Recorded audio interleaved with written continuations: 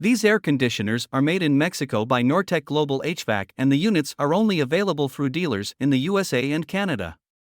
All of the units feature all aluminum microchannel coils that resist corrosion, but they use a wire grill with a plastic mesh screen to protect the condenser coil.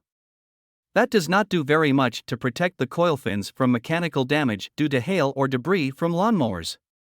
They offer optional electric heat kits in sizes from 5 to 20 kilowatts to provide central heating and have installed filter dryers to protect the refrigerant system from the effects of moisture. These air conditioners use R410A refrigerant, which is not as environmentally friendly as brands that use R32.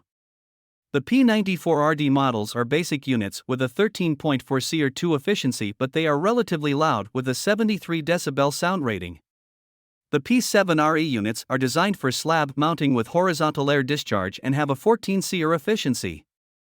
The P7RF models are premium air conditioners with 2 stages of compressor operation and variable speed blower motors for quiet and efficient operation. They have a 16 CR efficiency rating and a compressor blanket for noise control, but they are still rather loud compared to some of the other brands.